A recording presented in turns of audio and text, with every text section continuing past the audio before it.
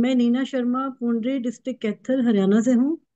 और मैं भगवान श्री कृष्ण की कृपा से आज ये अध्याय 3 के श्लोक 28 से स्टार्ट कर रही हूँ। तत्त्ववित्तु महाबाहो गुणकर्म विभागयोः गुणागुणेषु वर्तन्त इति मत्वा न सज्जते। इसका अर्थ ये है, श्री कृष्ण भगवान अर्जुन को ये समझा रहे हैं कि जो तत्व ज्ञानी महापुरुष हैं वो आत्मा की पहचान गुणों और कर्मों से भिन्न करते हैं। वे समझते हैं कि इंद्रिय मन आदि रूप में केवल गुण ही हैं जो इंद्रिय विषयों में संचालित होते हैं, इसलिए वे उसमें नहीं फंसते। इसका डिटेल इस तरह से है। इस श्लोक में अहंकार विमूढ़ता शब्दों का प्रयोग किया गया है, जिसका अर्थ है कि जो अहंकार से मोहित होकर भूल से संयम को शरीर मान लेते हैं और संयम को कर्ता समझते हैं। इस श्लोक में तत्वितु या सत्यदर्शियों के संबंध में व्याख्या की गई है, जिसका तात्पर्य यह है कि वे अहंकार को त्याग कर शारीरिक चेतना से मुक्त हो जाते हैं और जड़ शरीर से अपनी आध्यात्मिक पहचान का भेद जानने में समर्थ हो जाते हैं। इसलिए वे अपने लौकिक कर्मों के लिए संयम को कर्ता मानने के छलावे में नहीं आते और अपेक्षाकृत सभी क्रियाओं को तीन गुणों का लक्षण मानते हैं। ऐसे भगवदानुभूत संत कहते हैं, जो करई सो हरि करई, होत कबीर कबीर। सब कुछ भगवान करता है, किंतु लोग स्वयं को कर्ता मानने की भूल करते हैं। श्लोक नंबर 29। प्रकृतिर्गुण सम्मूढ़ा सज्जन्ते गुण कर्मसु तान् कृत्सन् विदो मंदान् कृत्सन् विन्न विचालयेत्। अर्थ, वे मनुष्य जो प्रकृति के गुणों के प्रभाव से मोहित होकर फल प्राप्ति की कामना के साथ अपने कर्म करते हैं, लेकिन बुद्धिमान पुरुष जो इस परम सत्य को जानते हैं, उन्हें ऐसे अज्ञानी लोगों को विचलित नहीं करना चाहिए जिनका ज्ञान अल्प होता है। कमेंट्री। अब यह प्रश्न उत्पन्न होता है कि यदि आत्मा गुणों और उनकी क्रियाओं से पृथक है, तब फिर अज्ञानी मनुष्य विषय भोगों की ओर आसक्त क्यों होते हैं। श्री कृष्ण इस श्लोक में से स्पष्ट करते हुए कहते हैं कि वे माया अर्थात प्राकृतिक शक्ति के तीन गुणों से मोहित होकर संयम को कर्ता मान लेते हैं। प्राकृतिक शक्ति के तीन गुणों से मुक्त होकर वह कामुकता और मानसिक आनंद की प्राप्ति में समर्थ होने के लिए सुविवेचित प्रयोजन के लिए कार्य करते हैं। वे फल की इच्छा के बिना कर्तव्य पालन करने की दृष्टि से कार्य करने में असमर्थ होते हैं। फिर भी कृत्सनविद ज्ञानवान मनुष्य को अकृत्सनविद अज्ञानी मनुष्य के मन को विशुद्ध नहीं करना चाहिए। इसका तात्पर्य यह है कि ज्ञानी पुरुषों को अज्ञानी लोगों पर अपने विचारों को बलात् यह कहकर थोपना नहीं चाहिए कि तुम शरीर नहीं आत्मा हो, इसलिए कर्म करना निरर्थक है। अतः कर्म का त्याग करो, बल्कि इसके विपरीत उन्हें अज्ञानी लोगों को अपने नियत कर्म करने का उपदेश देना चाहिए, जिससे उन्हें धीरे धीरे आसक्ति से ऊपर उठने में सहायता मिल सके। इस प्रकार आत्मिक रूप से ज्ञानी और अज्ञानी मनुष्यों के बीच अंतर व्यक्त करने के पश्चात श्री कृष्ण गंभीरता से कहते हैं कि अज्ञानी लोगों के मन को अस्थिर नहीं करना चाहिए। श्लोक नंबर 30। मयि सर्वाणि कर्माणि सन्न्यस्याध्यात्म चेतसा निराशीर्निर्ममो भूत्वा युध्यस्व विगत ज्वरः। अर्थ, अपने समस्त कर्मों को मुझको अर्पित करके और परमात्मा के रूप में निरंतर मेरा ध्यान करते हुए कामना और स्वार्थ से रहित होकर अपने मानसिक दुखों को त्याग कर युद्ध करो। इस श्लोक की कमेंट्री में भगवान अर्जुन को कह रहे हैं कि अपनी विलक्षण शैली में विषय को प्रतिपादित करते हुए भगवान कहते हैं कि तत्पश्चात अंतिम रूप से उसका सार प्रकट करते हैं। अध्यात्म चेतना, चेतना शब्द का अर्थ भगवान को समर्पित करने की भावना के साथ तथा संन्यास्य शब्द का अर्थ जो भगवान को समर्पित न हो उन सब का परित्याग करना है। निराशीनी शब्द का तात्पर्य कर्मों के फल में आसक्ति न रखने से है। स्वामित्व के दावे को त्यागने के लिए सभी कर्मों को भगवान के प्रति समर्पित करने की चेतना से युक्त होना और अपने निजी लाभ लालसा और शोक का त्याग करना आवश्यक है। पिछले श्लोक में दिए गए उपदेशों का सार यह है कि हमें निष्ठा पूर्वक यह चिंतन करना चाहिए, मेरी आत्मा परम शक्तिशाली भगवान का अणु अंश है। वे सभी पदार्थों का भोक्ता और स्वामी है। मेरे सभी कर्म उनके सुख के निमित्त हों और इसलिए मुझे अपने सभी कर्तव्यों का पालन उनके प्रति यज्ञ या समर्पण की भावना से करना चाहिए। उनके द्वारा प्रदत्त शक्ति से ही मैं अपने यज्ञ कर्म को संपन्न करता हूँ, इसलिए मैं अपने कर्मों के शुभ परिणामों का श्रेय नहीं लूंगा। श्लोक नंबर 31। ये मे मतमिदं नित्यमनुतिष्ठन्ति मानवाः श्रद्धावान तो नयुसुंतो मुच्यन्ते तेऽपि कर्मिभिः। ये जो मैं मेरे जो मनुष्य अगाध श्रद्धा के साथ मेरे इन उपदेशों का अनुपालन करने करते हैं और दोष दृष्टि से परे रहते हैं, वे कर्म के बंधनों से मुक्त हो जाते हैं। इसकी व्याख्या इस प्रकार है। परम कृपालु भगवान ने सिद्धांत शब्द की व्याख्या अत्यंत विशद शैली में मत के रूप में की है। मत एक व्यक्तित्व विचार है, जबकि सिद्धांत सार्वभौमिक सत्य है। आचार्यों के मत विभिन्न हो सकते हैं, किंतु सिद्धांत समान रहता है। दार्शनिक और आचार्य अपने मत को सिद्धांत का नाम देते हैं, किंतु गीता में श्री कृष्ण ने अपने सिद्धांतों को विचारों के रूप में अभिव्यक्त किया है। अपने आचरण द्वारा वे हमें सौहार्द पूर्ण और दीनता का व्यवहार करने का उपदेश दे रहे हैं। कर्म करने का आह्वान करते श्री कृष्ण अब भगवत गीता के उपदेशों के महत्व को श्रद्धा पूर्वक स्वीकार करने और उन्हें अपने जीवन में अपनाने का संदेश देते हैं। मानव के रूप में हमारा दायित्व है कि हम सत्य को जानें और तदनुसार अपने जीवन को सुधारें। ऐसा करने से हमारे मानसिक संताप, काम, लोभ, ईर्ष्या, मोह आदि शांत हो जाते हैं। पिछले श्लोक में श्री कृष्ण ने अर्जुन को स्पष्ट रूप से अपने सभी कर्म उन्हें समर्पित करने को कहा था। वे जानते हैं कि उनसे ईर्ष्या करने वाले लोगों के लिए, जिनका भगवान में विश्वास नहीं है, उनके कथन उपहास और निंदा का कारण हो सकते हैं। इसलिए अब वे अपने दिव्य उपदेशों को समर्पित भाव से स्वीकार करने पर जोर देते हैं। उनके कथन के अनुसार जो मनुष्य इन उपदेशों का श्रद्धापूर्वक अनुसरण करते हैं, वे कर्म के बंधन से मुक्त हो जाते हैं। लेकिन जो श्रद्धा युक्त नहीं है, उनकी क्या दशा होगी? उनकी दुर्दशा को अगले श्लोक में व्यक्त किया गया है। श्लोक नंबर 32। ये ते तदभ्यसूयन्तो नानुतिष्ठन्ति मे मतम् सर्वज्ञान विमूढ़ास्तान् विद्धि नष्टान चेतसः। अर्थ, किंतु जो मेरे उपदेशों में दोष ढूंढते हैं, वे ज्ञान से वंचित और विवेकहीन होते हैं। इन सिद्धांतों की उपेक्षा करने से वे अपने विनाश का कारण बनते हैं। व्याख्या इस प्रकार है। श्री कृष्ण द्वारा प्रस्तुत उपदेश हमारे आंतरिक कल्याण के लिए अति उपयुक्त है। यद्यपि हमारी मायाबद्ध भौतिक बुद्धि में अनगिनत दोष हैं, जिसके कारण सदैव भगवान के उपदेशों की महत्ता को समझने या उनकी सराहना करने में सक्षम नहीं होते। यदि यदि हम यह जानना चाहें कि दिव्य परमात्मा और हमारी अणु आत्मा के बीच में क्या भेद है, इसके लिए गीता दिव्य उपदेशों को स्वीकार करने के लिए श्रद्धा अनिवार्य अव्यय बन जाती है। जब हमारी बुद्धि इन्हें समझने की उपेक्षा इन उपदेशों में दोष ढूंढने लगती है, तब हमें यह सोचकर अपनी बुद्धि का समर्पण कर देना चाहिए। श्री कृष्ण ने ऐसा कहा है। इसमें अवश्य ही सत्यता है, जिसे मैं अभी समझ नहीं सकता। अभी मुझे यह स्वीकार करने दो और मुझे आध्यात्मिक साधना में लीन होने दो। इन उपदेशों को मैं भविष्य में समझ पाऊंगा, जब मैं साधना द्वारा आध्यात्मिक पद पर उन्नति कर लूंगा। इसी मनोवृत्ति को श्रद्धा कहते हैं। जगत गुरु शंकराचार्य ने श्रद्धा की परिभाषा इस प्रकार से की है। गुरु वेदांत वाक्येश दृढ़ विश्वास, अर्थात श्रद्धा गुरु और धार्मिक ग्रंथों के वचनों में दृढ़ विश्वास है।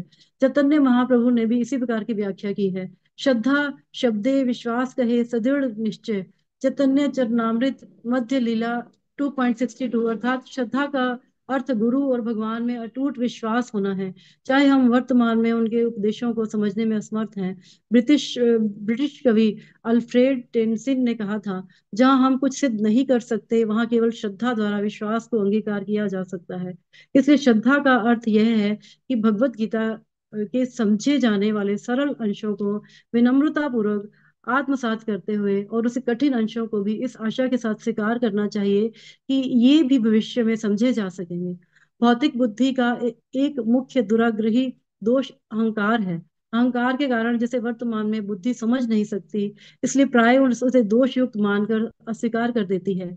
यद्यपि सर्वज्ञ भगवान के रूप में भगवान श्री कृष्ण ने जीवात्मा के कल्याण हेतु अपने दिव्य उपदेश प्रकट किए हैं, किंतु मनुष्य उनमें अभी तक दोष ढूंढते हैं। जैसे भगवान स्वयं को सभी कुछ समर्पित करने के लिए क्यों कहते हैं?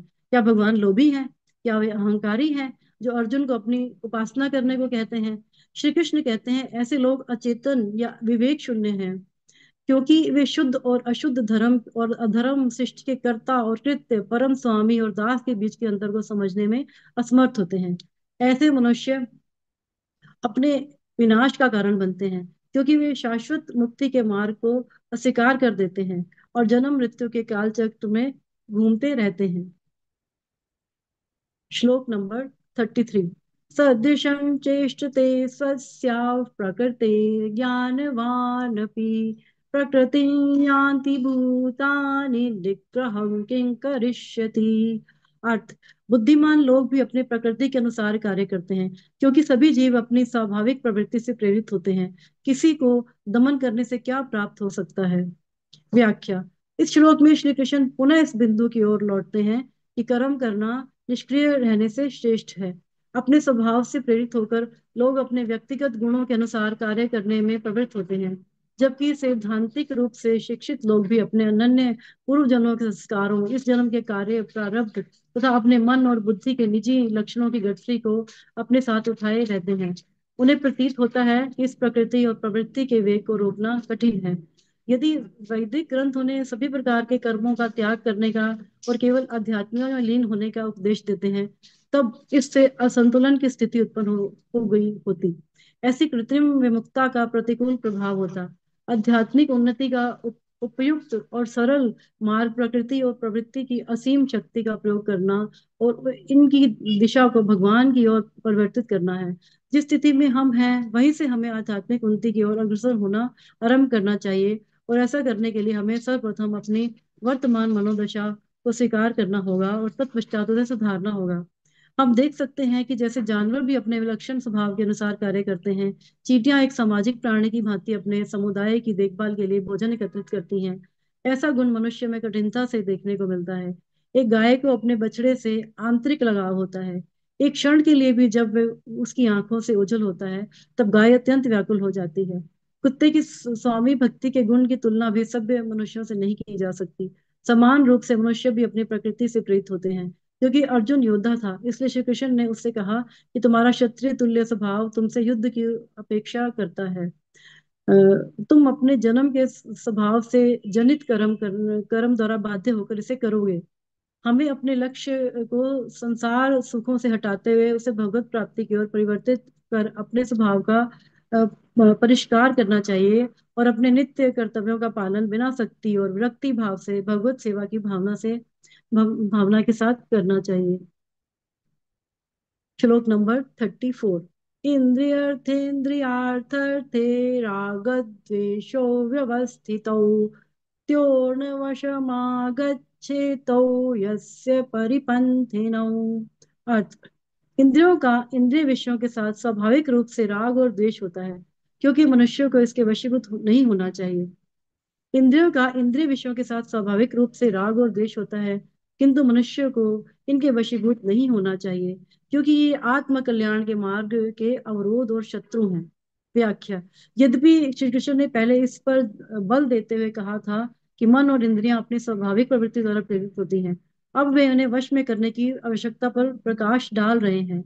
जब तक हमारा भौतिक शरीर हमारे साथ है, तब तक उसकी देखभाल के लिए हमें इंद्रियों के विषयों का भोग करना पड़ता है। श्री कृष्ण आवश्यक उपभोग को रोकने के लिए नहीं कहते, किंतु वे आसक्ति और विरक्ति के उन्मूलन का अभ्यास करने का उपदेश देते हैं। पूर्व जन्म के संस्कारों का सभी मनुष्य के जीवन पर निश्चित रूप से गहन प्रभाव पड़ता है, लेकिन यदि हम गीता द्वारा सिखाई गई विधि का अभ्यास करते हैं, तब हम अपनी दशा को सुधारने में सफल हो सकते हैं। इंद्रियां अपने इंद्रिय विषयों की ओर आकर्षित होती हैं, और उनसे आपसी सामंजस्य से सुख और दुख की अनुभूति होती है। जीवा स्वादिष्ट व्यंजनों का स्वाद चखने की आदी होती है, और कड़वा स्वाद उसे पसंद नहीं आता। मन बार बार सुख और दुख से जुड़े विषयों का चिंतन करता है। इंद्रिय विषयों के सुख के अनुभव से आसक्ति और दुख के अनुभव से विरक्ति उत्पन्न होती है। श्री कृष्ण अर्जुन को न तो आसक्ति और न ही विरक्ति के वशीभूत होने को कहते हैं। अपने सांसारिक कर्तव्यों का पालन करते हुए हमें अनुकूल और प्रतिकूल परिस्थितियों का सामना करना पड़ता है। हमें न तो अनुकूल परिस्थितियों के लिए ललचाना चाहिए और न ही प्रतिकूल परिस्थितियों की उपेक्षा करनी चाहिए। जब हम मन और इंद्रियों के रुचिकर और अरुचिकर दोनों विषयों की दास्ता से मुक्त हो जाते हैं, तब हम अपनी अधम प्रकृति से ऊपर उठ जाते हैं, और फिर हम अपने कर्तव्यों का निर्वहन करते हुए सुख और दुख दोनों में सब समभाव से रहते हैं। तब हम वास्तव में अपनी विशिष्ट प्रकृति से मुक्त होकर कार्य करते हैं। श्लोक नंबर 35। त्योर्न स्वधर्मो श्रेयोन स्वधर्मो विगुण परधर्मा स्वनुष्ठिता स्वधर्मे निधनं श्रेय परधर्मो भयावह। अर्थ, अपने नियत कर्मों को दोष युक्त संपन्न करना अन्य के निश्चित कार्यों के को अनुचित ढंग से करने से कहीं अधिक श्रेष्ठ होता है। वास्तव में अपने कर्तव्य का पालन करते हुए मरना दूसरों के जोखिम से युक्त भयावह मार्ग का अनुसरण करने से श्रेयकर होता है। व्याख्या। इस श्लोक में धर्म शब्द 4 बार प्रयुक्त हुआ है। धर्म का प्रयोग प्राय हिंदुत्व और बौद्धत्व के लिए किया जाता है, किंतु अंग्रेजी भाषा में इस शब्द का अनुवाद अत्यंत दुराग्रह है। धर्मपरायणता, सदाचार, कर्तव्य, उदात्त गुण इत्यादि जैसे शब्द केवल इसके अर्थ के दृष्टिकोण का वर्णन करते हैं। धर्म शब्द की रचना ध्री धातु से हुई है, जिसका अर्थ धारण करने योग्य या हमारे लिए उपयुक्त उत्तरदायित्व, कर्तव्य, विचार और कर्म है। उदाहरणार्थ, आत्मा का धर्म भगवान से प्रेम करना है। यह हमारे स्वाभाविक मुख्य सिद्धांत है। स्व ऊपर का अर्थ संयम है। इस प्रकार स्वधर्म हमारा निजी धर्म है। जो धर्म हमारे जीवन के संदर्भ, स्थिति, परिपक्वता और व्यवसाय पर लागू होता है, और जैसे जैसे हम आध्यात्मिक रूप से उन्नत होते हैं, तब हमारे जीवन के संदर्भों में परिवर्तन आने पर हमारा स्वधर्म भी परिवर्तित हो जाता है। श्री कृष्ण अर्जुन को उसके स्वधर्म का पालन करने के लिए कहते हुए उसे समझा रहे हैं कि वह अपने क्षत्रिय कुल के धर्म का पालन करे और इसमें कोई शिथिलता प्रदर्शित न करे, ताकि कोई दूसरा इसका अनुचित लाभ न उठा सके। किसी अन्य का अभिनय करने की अपेक्षा अपनी वास्तविकता में आनंदित होना अत्यंत श्रेयकर होता है। प्रकृति द्वारा निश्चित अपने कर्तव्यों का निर्वहन हम मन की स्थिरता के साथ सरलता से कर सकते हैं। दूसरों के कार्य हमें दूर से आकर्षित कर सकते हैं, और यदि हम तदनुसार अपने कर्मों का परिवर्तन करने का विचार करते हैं, तब ऐसा करना जोखिम भरा होगा। यदि ये हमारी प्रकृति के अनुकूल प्रतिकूल है, तब ये हमारी इंद्रियों, मन और बुद्धि में असामंजस्य उत्पन्न करेंगे। ये हमारी चेतना के लिए हानिकारक हानिकारक और आध्यात्मिक पथ पर हमारी उन्नति के मार्ग में बाधक होगा। श्री कृष्ण इस बिंदु पर बल देते हुए नाटकीय ढंग से यह कहते हैं कि अपने धर्म का निष्ठापूर्वक पालन करते हुए अपने प्राणों का बलिदान देना अपेक्षाकृत दूसरों के कार्यों में प्रवृत्त होकर अप्रिय स्थिति में फंसने से श्रेय है। श्लोक नंबर 36। अर्जुन उवाच अथ केन प्रयुक्तोऽयं पापै चरति पूरुषः अनिच्छन्नपि वाष्णेय बलादिव नियोजितः। अर्थ। अर्जुन ने कहा, हे वृष्णिवंशी श्री कृष्ण, इच्छा ना होते हुए मनुष्य पाप जन्य कर्मों की ओर क्यों प्रवृत्त होता है? ऐसा प्रतीत होता है कि उसे बलपूर्वक पाप कर्म में लगाया जाता है। व्याख्या। श्री कृष्ण ने पिछले श्लोक में यह भी व्यक्त किया था कि किसी भी मनुष्य को आसक्ति या विरक्ति के प्रभाव के अधीन नहीं होना चाहिए। अर्जुन इस प्रकार का उत्तम जीवन यापन करना चाहता है, किंतु उसे भगवान के उपदेश का अनुपालन करना कठिन लगता है। इसलिए वह श्री कृष्ण से अति यथार्थवादी और मानव संघर्ष का घोतक प्रश्न पूछता है। वह कहता है, कौन सी शक्ति हमें उच्च आदर्शों को प्राप्त करने से रोकती है? मनुष्य राग और देश के प्रति वशीभूत कैसे हो जाता है? हमारी अंतरात्मा पाप करते हुए पश्चाताप का बोध कराती है। अंतरात्मा की आवाज इस तथ्य का पर आधारित है कि भगवान गुणों के धाम हैं। उनके अणु अंश होने के कारण स्वाभाविक रूप से हमारा आकर्षण गुणों और अच्छाइयों के प्रति होता है। अच्छाई जो आत्मा की प्रकृति है तथा जो अंतरात्मा की आवाज को उन्नत करती है। इसलिए हम यह कहकर नहीं बच सकते कि चोरी, ठगी, निंदा, लूट खसोट, हत्या, अत्याचार और भ्रष्टाचार जैसे कार्य पाप जन्य कृत्य नहीं है। हमारी अंतर्दृष्टि यह बोध कराती है कि ये सब कार्य पाप जन्य हैं, फिर भी हम ऐसे कार्य करते हैं जैसे कि कोई शक्ति हमें बलपूर्वक ऐसा करने के लिए विवश करती है। अर्जुन इसी प्रबल शक्ति के संबंध में जानना चाहता है। श्लोक नंबर 37। श्री भगवानुवाच काम एष क्रोध एष रजो गुण समुद्भवः महाशनो महापाप्मा विद्येनमिह वैरिणम्। अर्थ। परमात्मा श्री कृष्ण कहते हैं, अकेली काम वासना जरोजर गुण के संपर्क में आने से उत्पन्न होती है और बाद में क्रोध का रूप धारण कर लेती है। इसे पाप के रूप में संसार का सर्वभक्षी शत्रु समझो। व्याख्या। वेदों में प्रयुक्त काम शब्द या वासना केवल यौन इच्छाएं नहीं है, बल्कि इसमें आत्मा की शारीरिक अवधारणा पर आधारित सभी प्रकार के भौतिक सुख भी सम्मिलित हैं। इस प्रकार वासना अपने कई रूप दर्शाती है, जैसे धन की इच्छा, शारीरिक लालसाएं, प्रतिष्ठा की अभिलाषा, सत्ता की भूख इत्यादि। वासना केवल भगवान के प्रति प्रेम का विकृत प्रतिबिंब है, जो कि प्रत्येक जीवित प्राणी का अंतर्निहित स्वभाव है। जब आत्मा शरीर के रूप में माया शक्ति के साथ सहयोग करती है, तब तमोगुण के संयोजन से इसका भगवान के प्रति दिव्य प्रेम वासना में परिवर्तित हो जाता है। क्योंकि दिव्य प्रेम भगवान की सर्वोच्च शक्ति है, किंतु भौतिक क्षेत्र में इसका विकृत स्वभाव जो कि काम वासना है, वह भी सांसारिक क्रियाओं की अति प्रबल शक्ति है। श्री कृष्ण ने सांसारिक सुखों के भोग की लालसा को पाप के रूप में चिन्हित किया है, क्योंकि प्राण घातक प्रयोजन प्रलोभन हमारे भीतर छिपा रहता है। रजोगुण आत्मा को भ्रमित कर उसे यह विश्वास दिलाता है कि सांसारिक विषय भोगों से ही तृप्ति प्राप्त होगी। इसलिए किसी भी मनुष्य में इसे इन्हें प्राप्त करने की कामना उत्पन्न होती है। जब कामना की पूर्ति होती है, तब इसे लोभ उत्पन्न होता है, और इसकी संतुष्टि न होने पर क्रोध उत्पन्न होता है। कामना, लोभ और क्रोध, इन तीनों विकारों से ग्रस्त होकर मनुष्य पाप करता है। लोभ कुछ भी नहीं है, किंतु यह कामनाओं को प्रबल करता है, जबकि क्रोध कुंठित इच्छा है। ये इस प्रकार श्री कृष्ण ने वासना या कामना को सभी बुराइयों की जड़ के रूप में चिन्हित किया है। धूमेना श्लोक नंबर 38।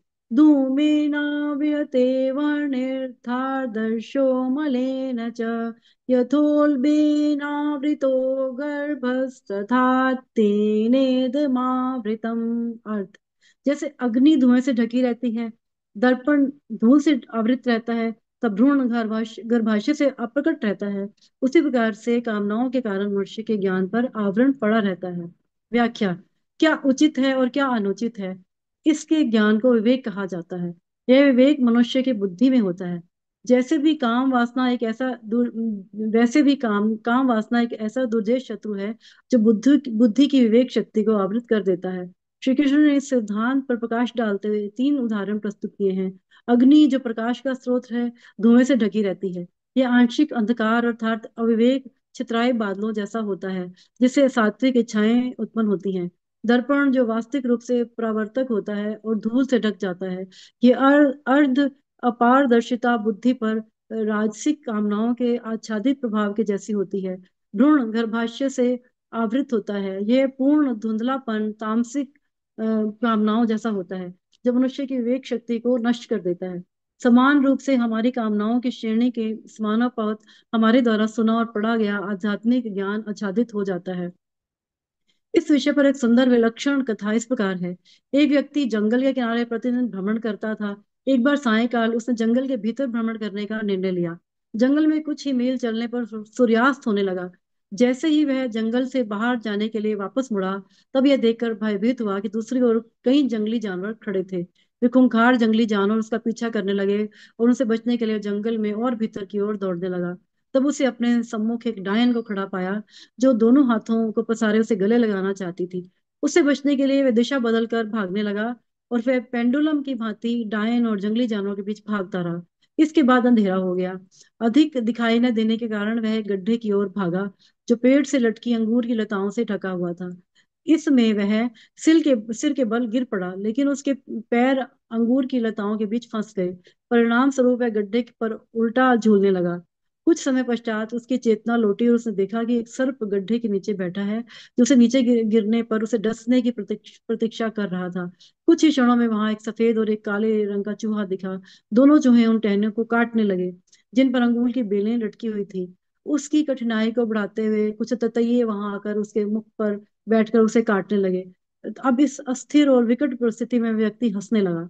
तब कई दार्शनिक वहां यह तब कई दार्शनिक वहां यह ज्ञात करने आए कि अति प्रतिकूल परिस्थिति में वह व्यक्ति क्यों हंस रहा था। उन्होंने ऊपर की ओर मधुमक्खी, जिसमें से मधु की कुछ बूंदें टपक कर उसकी जीभ पर गिर रही थी। वह मधु को चाटते हुए सोच रहा था कि यह कैसा सुख है, और वह जंगली जानवरों, डायन, सर्प, चूहे और ततैयों को भूल गया। इस कथा में ये व्यक्ति हमें पागल प्रतीत होता है। वैसे भी यह कथा कामनाओं के अधीन रहने वाले सभी मनुष्यों की दशा का वर्णन करती है। जिस जंगल में वह व्यक्ति भ्रमण कर रहा था, वह इसी लौकिक संसार का चित्रण करता है जिसमें हम वास करते हैं, तथा जहाँ प्रत्येक क्षण जोखिम से भरा है। उस व्यक्ति का पीछा करने वाले जंगली पशु हमारे जीवन में आने वाले रोगों के घातक हैं, जो लगातार हमें मृत्यु तक कष्ट प्रदान करते हैं। डायन वृद्धावस्था का प्रतीक है, जो समय व्यतीत होने पर हमारा आलिंगन करने के लिए खड़ी है। गड्ढे के नीचे बैठा सर्प प्रतीक्षारत मृत्यु प्रतीक है। सफेद और काले चूहे लताओं को काट रहे थे। वे दिन और रात के सूचक हैं जो हमारे जीवन को धीरे धीरे मृत्यु के समीप ले जा रहे हैं। उस व्यक्ति के मुंह पर बैठे ततैये हमारी असीम कामनाओं के समान हैं जो हमारी पीड़ा और दुख का कारण है। शहद संसार में इंद्रिय काम वासनाओं के सुखों को चित्रित करता है जो हमारे विवेक और बुद्धि को धुंधला करते हैं। इंद्रियों के विषय भोगों के अस्थायी सुखों को हम इतना लिप्त हो जाते हैं कि हमें अपनी दुर्दशा का आभास तक नहीं कर पाते। श्री कृष्ण ने यहाँ व्यक्त किया है कि यदि इस प्रकार की वासना युक्त कामनाएं हमारी विवेक शक्ति का आवरण डालने के लिए उत्तरदायी होती हैं। श्लोक नंबर 39। आवृतं ज्ञानमेतेन ज्ञानिनो नित्यवैरिणा कामरूपेण कौन्तेय दुष्पूरेणानलेन च। अर्थ, हे कुंती पुत्र, इस प्रकार ज्ञानी पुरुष का ज्ञान भी अतृप्त कामना रूपी नित्य शत्रु से आच्छादित रहता है जो कभी संतुष्ट नहीं होता और अग्नि के समान जलता रहता है। कमेंट्री। यहाँ श्री कृष्ण ने काम या वासना की हानिकारक प्रकृति को और अधिक सुस्पष्ट किया है। काम का अर्थ इच्छा, दुष्प्रेरणा का अर्थ अतृप्ति और अनलेन का अर्थ अग्नि के समान है। कामनाएं बुद्धिमान पुरुष के विवेक पर विजय पा लेती हैं और उनकी तुष्टि के लिए उन्हें लुभाती हैं। कामना रूपी अग्नि को शमन करने का जितना भी अधिक प्रयास किया जाए, यह उतनी ही और अधिक भीषणता से भड़कती हैं और महात्मा बुद्ध के कथन है, न कहा प्रणवसेन तित्तिकामेषु विच्यते अपस्सादा दुखा कामा इति विज्ञाय पंडितो। धम्पद श्लोक 186। कामनाएं अशमनीय अग्नि के समान भड़कती हैं जो कभी भी किसी को सुख प्रदान नहीं करती। ज्ञानी पुरुष इसे दुख का मूल जानकर इसका परित्याग करते हैं, किंतु वे जो इस सत्य को नहीं जानते, वे अपनी वासनाओं की तुष्टि का निरर्थक प्रयास करते हुए अपने जीवन को व्यर्थ कर देते हैं। श्लोक नंबर 40। इंद्रियाणि मनोबुद्धिरस्याधिष्ठान मुच्यते एतैर्विमोहयत्येष ज्ञानमावृत्य देहिनम्। अर्थ, इंद्रिय मन और बुद्धि को कामना की प्रजनन भूमि कहा जाता है जिनके द्वारा यह मनुष्य के ज्ञान को आच्छादित कर लेती है और देहधारियों को मोहित करती है। व्याख्या। काम वासना की शरण स्थिति को प्रकट करते हुए भगवान श्री कृष्ण अब इसे नियंत्रित करने की विधि के संबंध में सूचित करते हैं। शत्रु की घेराबंदी करने से पूर्व शत्रु की दुर्बलता का पता लगाना आवश्यक होता है। इस श्लोक में श्री कृष्ण व्यक्त करते हैं कि इंद्रियां, मन और बुद्धि वह स्थान है जहां से काम वासना आत्मा पर आधिपत्य जमाने का प्रयास करती हैं। काम वासना के प्रभाव के अंतर्गत इंद्रिय विषयों भोगों की कामना करती हैं और इंद्रियां मन को सम्मोहित करती हैं। मन बुद्धि को भ्रमित करता है, बुद्धि अपनी विवेकी शक्तियां खो देती है। जब बुद्धि पर आवरण पड़ जाता है, तब मनुष्य मोहवश होकर वासनाओं का दास बन जाते हैं और उनकी तुष्टि हेतु सब कुछ करने को तत्पर रहते हैं। इंद्रियां, मन और बुद्धि नामक तत्व अपने आप में किसी प्रकार से बुरे नहीं होते। ये सब भगवत प्राप्ति के प्रयोजन हेतु हमें भगवान द्वारा प्रदान किए गए हैं, किंतु हम काम वासनाओं को इन पर कई रूपों में इनकी घेराबंदी करने की अनुमति देते हैं। अब हमें इन्हीं इंद्रियों, मन और बुद्धि को आत्म उत्थान के लिए प्रयोग करना चाहिए। ऐसा किस प्रकार से किया जाए, इसे श्री कृष्ण अगले श्लोक में स्पष्ट करेंगे। श्लोक नंबर 41। तस्मात्त्वमिन्द्रियाण्यादौ नियम्य भरतर्षभः पाप्मानं प्रजह्येनै ज्ञान विज्ञान नाशनम्। अर्थ, इसलिए हे भरतवंशियों में श्रेष्ठ, प्रारब्ध से ही इन इंद्रियों को नियंत्रण में रखकर कामना रूपी शत्रु का वध कर कर डालो जो पाप का मूर्त रूप तथा ज्ञान और आत्मबोध का विनाशक है। व्याख्या। इस श्लोक में अब श्री कृष्ण यह स्पष्ट कर रहे हैं कि उस काम वासना पर कैसे विजय प्राप्त की जा सकती है जो सभी बुराइयों की जड़ है और मानव चेतना के लिए घातक है। काम वासना को बुराइयों का भंडार बताते हुए श्री कृष्ण अर्जुन को प्रारंभ से ही इंद्रियों के विषयों भोगों पर नियंत्रण कर रखने के लिए कहते हैं। इनकी उत्पत्ति की अनुमति देना हमारे कष्टों का मूल कारण है, जबकि इसका दमन करना शांति का मार्ग है। इसे समझाने के लिए आगे प्रस्तुत उदाहरण की ओर ध्यान दें। रमेश और दिनेश, जो दो सहपाठी कॉलेज के छात्रावास के एक कमरे में रहते थे। रात्रि 10 बजे रमेश सिगरेट पीने की इच्छा व्यक्त करता है।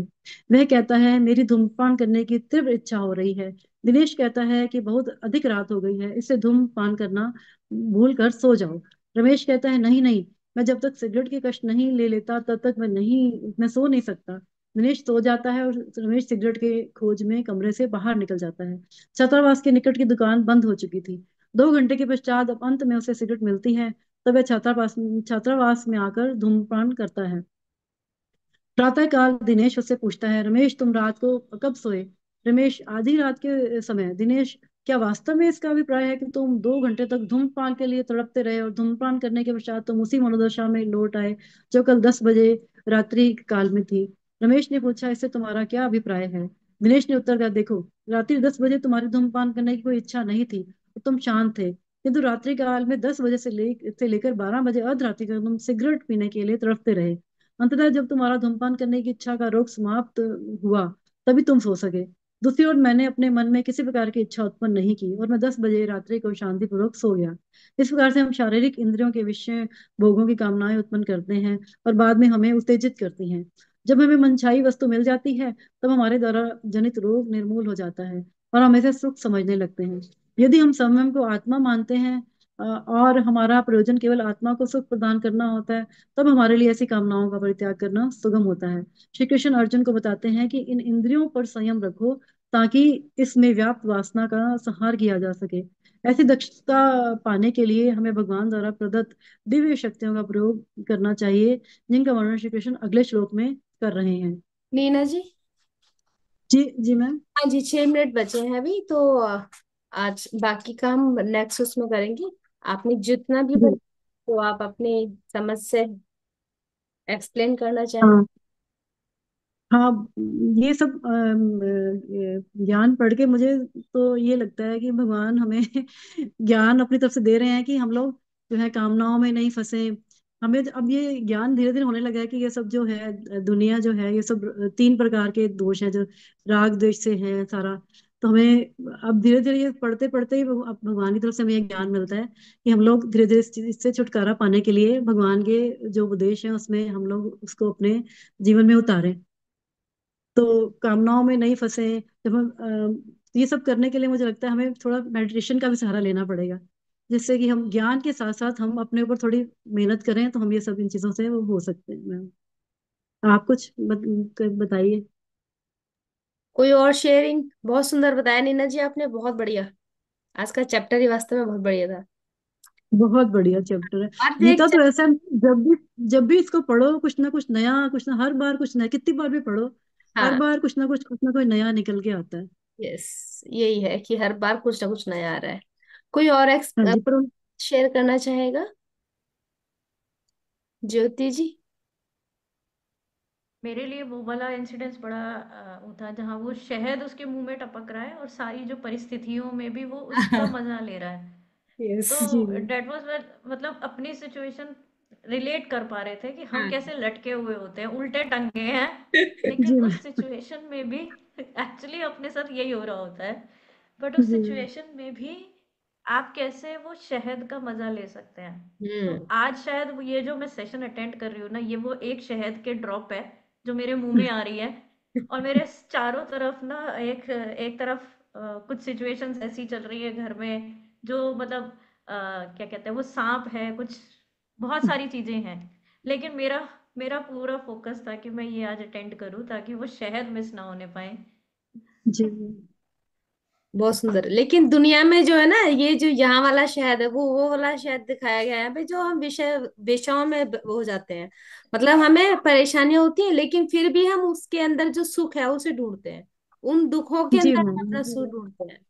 वहां हमें मजा आ रहा होता यस। है। हम्म। छोड़ते नहीं है उन चीजों को। ये और कोई? आज तो काफी सारे लोग हैं, अपना शेयरिंग दे सकते हो आप लोग। हमारे पास में 3 मिनट और है। वीडियो भी ऑन कर सकते हैं। हाँ, श्योर।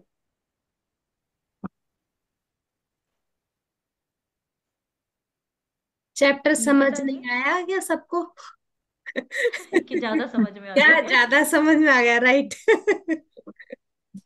मैम ये भी भगवान की तरफ से ही होता नितिका है, जब जी। हमें उन्होंने ज्ञान देना है तभी हमें सबको समझ के पढ़ के भी, बार बार पढ़ के भी जाके उसमें से कभी कुछ समझ आती है हमें। एक बार में सारा नहीं समझ में आता, जब हम उसको बार बार पढ़ते हैं पर ये भी चलो उनका बहुत हमारे पर अनुग्रह है भगवान का कि हमें ये आपके थ्रू, मैम आपका भी बहुत बहुत थैंक्स कि आपने हमें ये दिया, एक प्लेटफॉर्म दिया कि जिसमें हम ये सब रीड करें और आपस में शेयर करें और डिस्कशन से हम लोग ये अपना अपना, क्योंकि जब सब थोड़ा थोड़ा बोलते हैं ना मैम, तो जो जिसने जो भी थोड़ा सा उसमें कैच किया है वो दूसरे को भी उससे समझ आता है। ये तो भगवान इसलिए कृष्ण सबका। ही है जिन्होंने सबको हमको एक माला में पिरो के रखा हुआ है। हमारा आपका किसी का भी नहीं है, ये श्रेय जाता है भगवान कृष्ण को, जिसने एक एक को पकड़ के यहाँ लेकर के आ रहे हैं। वो क्या आओ, मंच पर आओ और जुड़ो इससे, है ना। और कोई अपना कुछ शेयरिंग करना चाहता है? 2 मिनट बचे हैं हमारे पास। मुकेश जी, नितिका जी, निताशा जी, नैना जी, गोपाल जी, कोई तो आओ। गीता। जी, आज का सेशन मुकेश बहुत जी ही अच्छा गायब। था और बहुत ही सुंदर पढ़ा है। और जो आज एग्जाम्पल्स दिए हुए थे बीच में समझाने के लिए, वो बहुत ज्यादा क्या बोलना चाहिए, वो एक होता है ना कि ठोक के आपको समझ में आ रहा है, वैसे हो रहा है कि आपको अच्छे से समझ में आ रहा है। और जैसे ज्योति जी जी ने बोला कि वो शहद है, हम अपने काम वाम सब छोड़ के, जो अपनी घर की समस्याएं सब छोड़ के यहाँ बैठे हैं 40 मिनट्स के लिए, तो हमें वो जो एक बूंद शहद है वो मिल गई है, प्राप्त हो गई है, और उसका भी टेस्ट आ रहा है मैम। तो यही समझ में आया है मेरे को तो। बहुत सुंदर जी, सबका सबका शेयरिंग बहुत ही बढ़िया है। लास्ट के 1 मिनट बचा हुआ है, हम आज अच्छे से थोड़ा इसको सबको ग्रेटिट्यूड करके नमस्ते करेंगे सभी लोगों को, और जो लोग जुड़ रहे हैं उनको भी दिल से आभार। बहुत बहुत आभार है सभी को। तो धन्यवाद सभी लोगों को। Thank you so much.